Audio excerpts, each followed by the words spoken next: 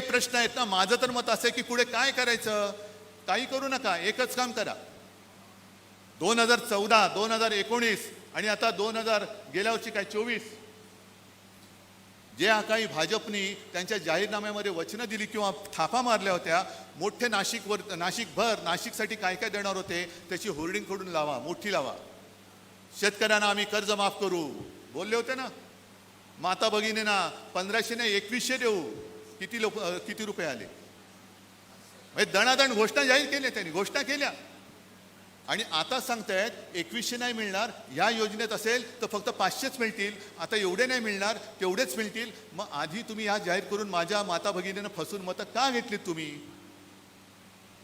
माझ्या शेतकऱ्याला सुद्धा तुम्ही फसवलं. आता तुमचे ते कोकाटे आधी कोकलत होते की 31 मार्चपर्यंत नमो योजने, काय ती नमो किसान योजना, त्याचे पैसे त्यांच्याकडे त्यांच्या खात्यात येतील. इकडे शेतकरी आलेत, कोणाच्या खात्यामध्ये नमो सन्मान योजनेचे पैसे आलेत? आज तारीख काय? 16 एप्रिल. मग झालं ना, 31 मार्चपर्यंत तुमच्या खात्यात पैसे येणार होते, कुठे गेले पैसे? आले का पैसे?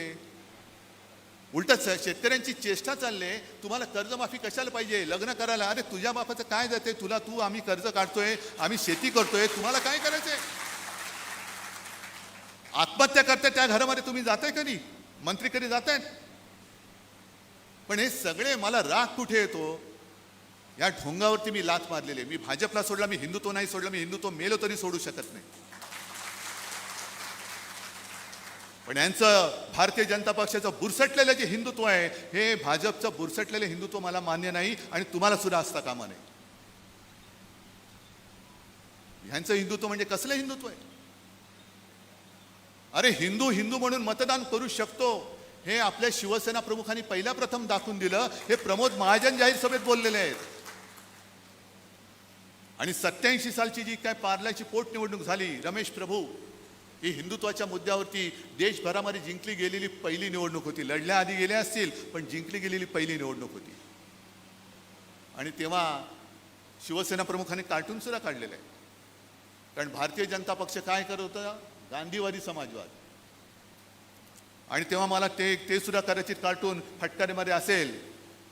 अटल बिहारी वाजपेयी गांधीजीसारखा पंचा घातलाय आणि बकरी घेऊन चालले, गांधीवादी समाजवाद. हे सगळं आमच्या समोर घडलेलं आहे. तुम्ही ते सगळं पुसून टाकून तुमचं नवीन काहीतरी लिहायला बघताय आणि आम्ही खुळ्यागत ते मानायचं. लोकसभेच्या निवडणुकीच्या प्रचार गीतात जय भवानी जय शिवाजी याला काढून टाका म्हणून मला सांगितलं होतं. म्हटलं काय करायचं ते करा, काढत नाही. आम्ही जय श्रीराम बोलतो, जरूर बोलतो. रामाची पूजा आम्ही करतो. तुम्ही तिकडे अयोध्येत मंदिर बांधलं, जर शिवसेना त्याच्यात नसती तर तुम्ही त्या मंदिरापर्यंत पोहोचूच शकला नसता. कारण तेव्हा वाजपेयींनी सुद्धा माफी मागितली, आडवाणींनी माफी मागितली. फक्त ते बाबरी पाडणारे माझे शिवसैनिक असतील तर त्यांचा मला अभिमान नव्हे गर्व आहे, हे एकट्या शिवसेना प्रमुखांनी सांगितलं होतं. आणि मग 87 सालानंतर तुम्ही आमच्या वळचणीला आलात.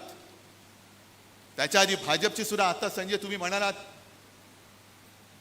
हार जीत होत असते, त्यांनी खचून जाणारा कधी लढू शकत नाही. लढायचं असेल, पाण्यात उडी मारायची असेल, पैलतीर गाठायचं असेल तर नाकातोंडात पाणी जाईल, पण हिम्मत असेल तर उडी मार, नाहीतर पंचा गुंडाळीने तसाच परत जा.